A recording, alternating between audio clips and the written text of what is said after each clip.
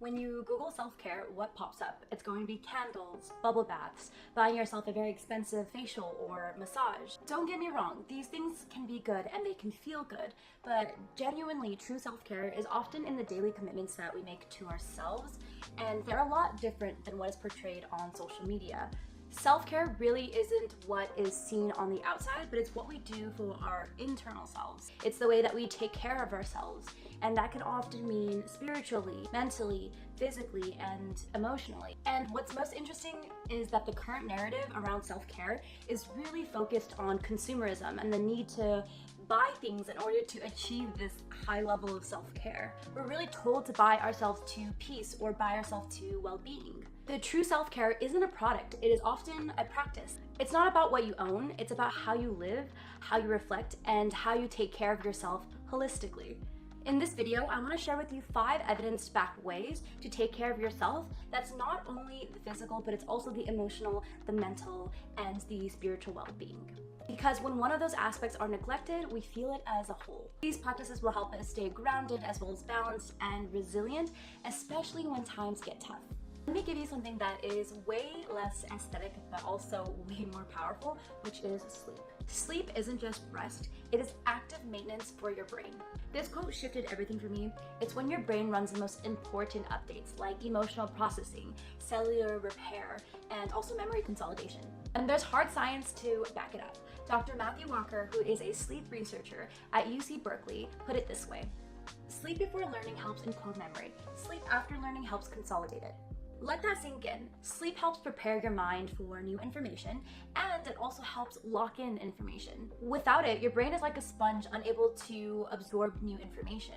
The NIH even reports that a lack of sleep can reduce your learning capacity by 40%.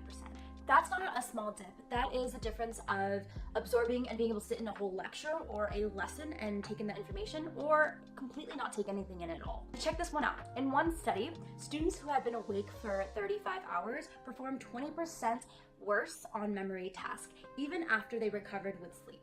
Then researchers used MRI scans and found that the sleep impacted a particular part of the brain known as the hippocampus. This is basically the area of the brain that is responsible for short-term memory. If this hippocampus is offline, then it also impacts your ability to learn. Good sleep also improves emotional regulation, resilience, and decision-making. It helps you be the best version of yourself. So if there's one habit to build out of all of these habits that I'm about to share, I would say that this is one of the most important ones. Not only is it productive, but it's also the foundation for everything. A few tips to ways that we can improve our sleep is to create a consistent sleep schedule. So aim to get into bed at the same time and get out of bed at the same time. Aim to get sunlight right when you wake up, so go outside for 10 to 15 minutes. This helps boost your alertness as well as helps maintain your sleep-wake cycle. Aim to limit screen time 1 hour before bedtime. I know it's a little tempting to go on your phone and scroll TikTok or Instagram, but it does impact a lot of your sleep. So try swapping out your screen with maybe journaling, a meditative practice, or some reading. You also want to create an environment that is conducive for sleep, so something that is dark and quiet. Maybe you want to swap out your curtains for some blockout curtains, as well as an eye mask or some earplugs. Moving your body daily. Nowadays, we have a very sedentary lifestyle. We can sit for hours at our desk or our cubicles staring at our screens. Getting regular movement helps boost dopamine, serotonin, and endorphins. And you don't need an expensive gym membership to get some movement. You can go outside and take a walk or a light jog, or when you're doing your chores, maybe you're doing it at a faster pace. Exercise isn't just for the aesthetic, it is also fuel for your brain. Journaling, and specifically expressive writing. In a research done by James Pennebaker, expressive writing can help improve immune function as well as decrease depression and anxiety. This may look like writing 10 to 15 minutes about your emotions and your thoughts 3 to 4 times a week. Social micro connections. Even brief positive connections has shown to decrease cortisol and increase oxytocin levels. Harvard's 80-year-old happiness study showed that strong relationships were strong predictors of health and happiness. And you can really cultivate these micro connections daily in things like catching up with an old friend, sending them a text, or saying hi to your barista when you're picking up your coffee in the morning. Doing something for your future self daily. Now, self-care is not about staying in the comfort zone. Actually, it is about leaving your comfort zone through small actions.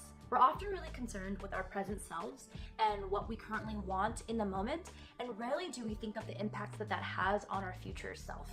In a way, we are very present biased. Future-oriented thinking helps us make steps towards our commitments or the goals that we had set for ourselves, as well as self-regulation. Acts like prepping your food or organizing or cleaning up your space and sticking to those small commitments that you made to yourself daily is so important because you're making votes to yourself and you're showing yourself internally that you are committed to your own growth. If you made it this far, you're the best. I hope some of these tips stick with you and help you take care of yourself inside and out.